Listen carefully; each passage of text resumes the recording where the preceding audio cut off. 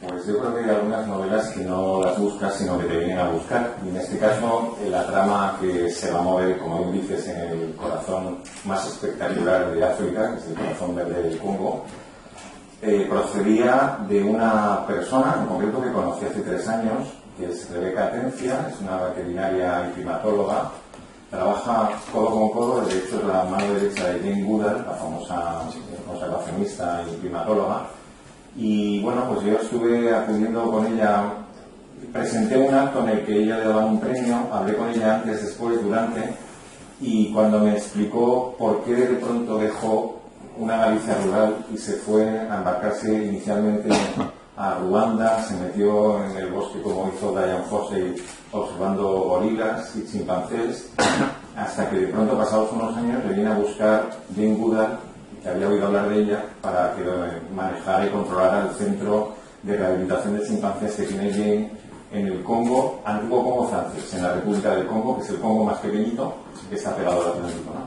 Bueno, entonces, la historia me pareció tan fascinante de encontrar a alguien que sea capaz, por una pasión, por un sueño, de dejar todo atrás en su vida y meterse en medio de la selva con todo el peligro que puede tener eso, pues ya me parecía como interesante. No quería hacer una novela de biografía, ya se lo dije a ella también, sino que quería, de alguna manera, con esas mimbres que ella me iba contando, pues urdir una cosa distinta, ¿no? Y una novela que fuera de... Y necesariamente tiene que ser en el Congo.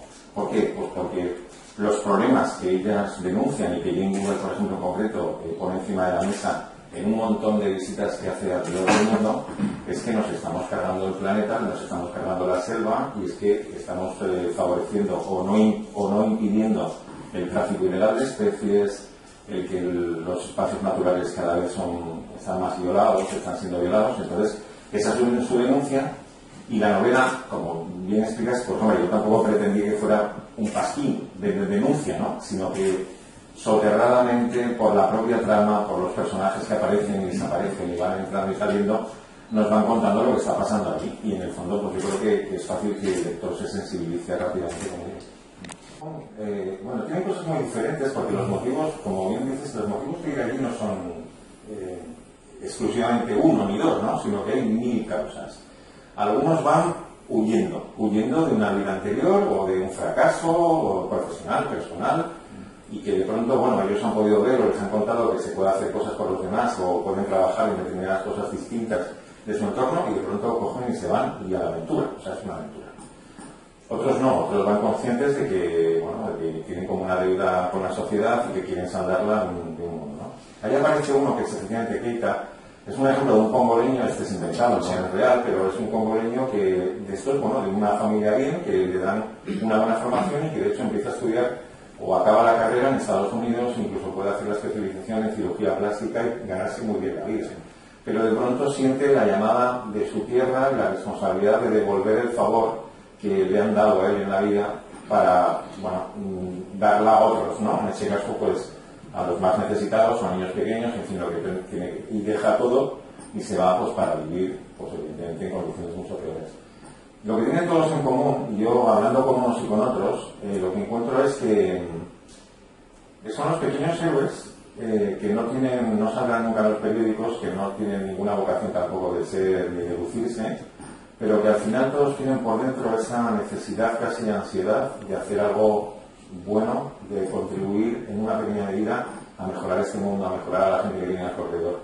Esa generosidad es muy curiosa, pero es muy común en todos, y yo creo que, bueno, esas heroicidades no son habituales en nuestro mundo, ¿no? Pero sí, las hay, como esta Beatriz, una niña rebelde con el papá militar, que es la gallega que se va, y eso nos lleva a un incidente que tiene esta chica, que es rebelde, contestataria, pero hay una historia también, a mí me llama mucha atención, potentísima, de la amistad.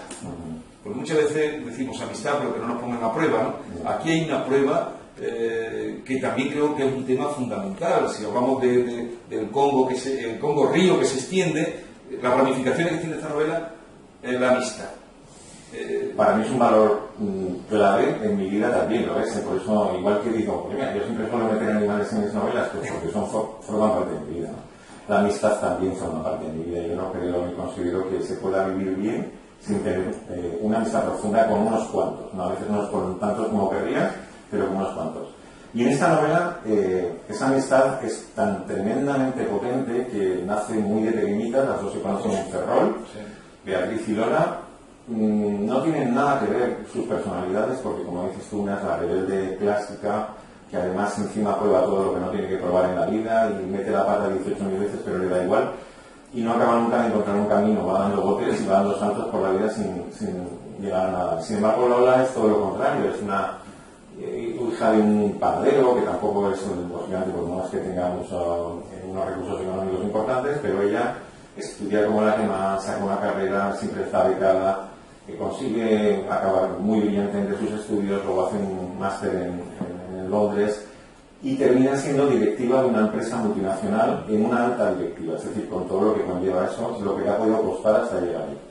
Pero esa amistad que se ha labrado entre ellas, con muchísimas complicidades, con juegos divertidos que le van a ir muy bien a Lola para identificar algunos mensajes que le ha dejado la otra, la mía, pues esa amistad provoca que Lola abandone todo cuando se entera que ha sido secuestrada en el Congo, su amiga, y además de ir, lógicamente, a ver cómo puede ayudar, empieza a hacerle reflexionar mucho también sobre qué motivos ha tenido ella, qué es el triunfo en general. O sea, ella igual se considera triunfadora cuando lo que hacía su amiga no lo acaba de entender, y ahora de pronto, cuando ve de frente la realidad, la situación, pues empieza a pensar lo contrario. No sé si el triunfo es lo anterior, la selva en la que yo vivía antes, la selva de los negocios, la jungla de los negocios, o esto de estar aquí echando una mano, ayudando en ese país que te entra por las entrañas y te arroba, ¿no? Pues eso es lo que ella empieza a pensar, y todo surge de ese profundo sentimiento de amistad mutua. Sí, pero te lo deja todo para irse a ayudar a la amiga, y luego más que ayudar, ¿no? Claro. Y me ha ya acabado esa complicidad que tienen las dos, desde luego, pero luego ese arrojo de por la amistad, dejarlo todo, ¿no? Y llegar hasta donde llegan. Cierto, también como estas cosas nos preocupan, ¿no? Porque vemos que hay una explotación, por ejemplo, infantil en estas minas, porque son minas que son horadadas en agujeros muy pequeños, y entran los niños ahí nada más, no pueden entrar personas mayores a buscar el coltán. Esto lo hemos visto en reportajes de televisión. Yo recuerdo alguno de estos de televisión española, o me parece que era televisión española, que lo ponían en el anunciado. Pero bueno, esta situación no es más que una más de las que están pasando en el Congo, porque también hay corporaciones muy grandes, empresas muy poderosas de origen chino, capital canadiense, algunas belgas también, que, bueno, yo he leído, he visto los nombres, que estas están denunciadas por parte de algunas ONGs. Yo he cambiado los nombres, yo no he querido jugar a denunciar concretamente a nada porque no era mi función, ¿no? Pero sí que están entrando a comprar de forma brutal extensiones gigantescas. Esta mañana que hablábamos que yo vi un contrato de una compra de un capital chino hace un año o dos, no me acuerdo si fue hace un año, igual eran dos. Bueno, que compraban de golpe 300.000 hectáreas de terreno de selva, que 300.000 hectáreas de terreno equivale a la provincia de Álava, más o menos. Pues, claro, así de golpe, ¿eh? Y compran 300.000, pero es que hay compras de más grandes, o sea, mayores tamaños todavía. Eso con todo lo que puede uno imaginarse de corrupción por detrás, de que el gobierno congoleño permite esas compras y algo se lleva a alguien por medio. Y bueno, y en principio van con la idea de intentar transformar esa selva en cultivos intensivos para hacer aceite de palma, soja o otros cereales. Los chinos se cree, no se sabe, que están intentando crear un fondo de tierra lo suficientemente grande para convertirse en una reserva estratégica de alimentos en el futuro. O sea, que todas estas cosas que parecen casi de ciencia ficción, pues no son de ciencia ficción. O sea, está pasando.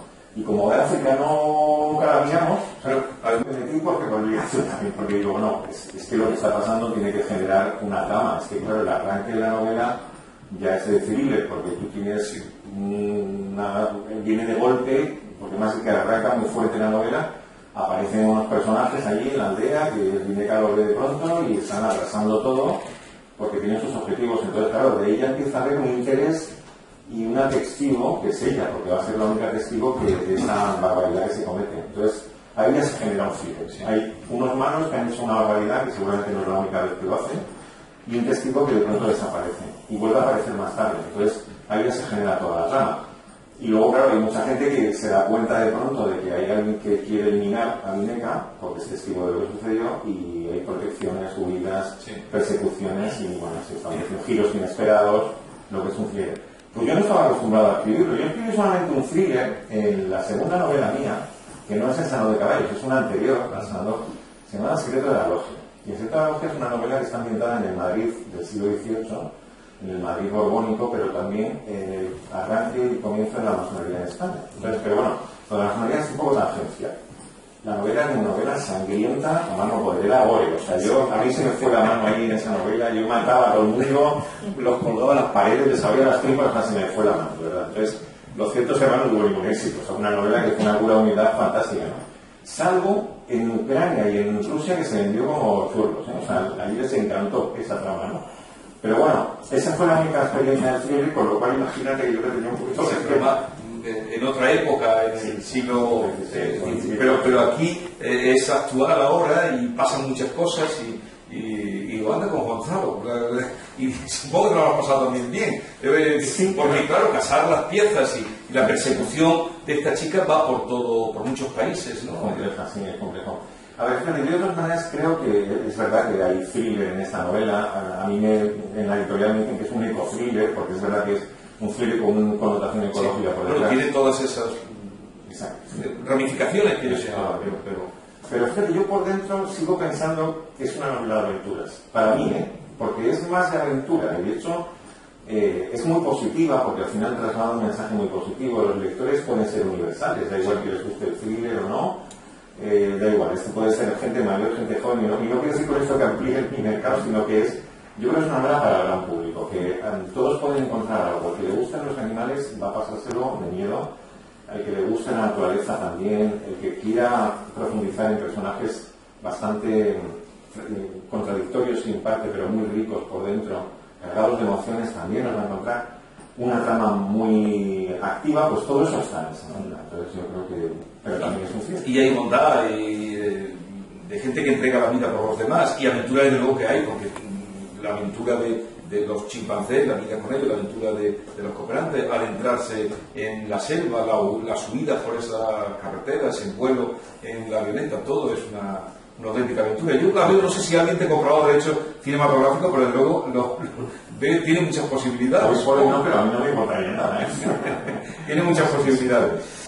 Yo creo que es una historia, yo estoy enamorado de ella, no me lo esperaba, porque, bueno, sí, era el personaje clave. Yo tenía claro que la visión de África no la quería hacer a través de un occidental, sino de alguien de allí. Y Vineca, pues claro, tenía que tener mucho peso, pero fue creciendo a medida que... ¿Y el nombre de dónde sale? Pues Vineca es un nombre bastante común. Es un nombre común. Sí, que no tiene significado, ¿eh? Porque, claro, hubiera estado bien, hubiera elegido alguno que tuviera significado, pero no tenía. Los Vineca es un nombre congoleño, que bueno, que no es claro, encontrarlo. Y a mí me parece muy sonoro, me gustó el nombre desde el principio y no me lo pensé más. No, porque luego hay también ¿cómo se llama? Este amuleto que llevan, Nikisi, que llevan y que se entregan y que en algún momento lo referencian la gente de allí, ¿no? El Nikisi. Sí, son como una especie de amuleto, pero que es una cosa que tiene también algo de magia por debajo, ¿no? Son pequeñas figuras que se las hacen ellos en el Congo y los fabrican con el material normal, con madera, le ponen pues, puntas o hierro, trozos de cosas, y representan algo, o sea, un animal o alguna cosa de estas. Pero tienen simbología detrás que son como protectores de la vida, en fin. Entonces,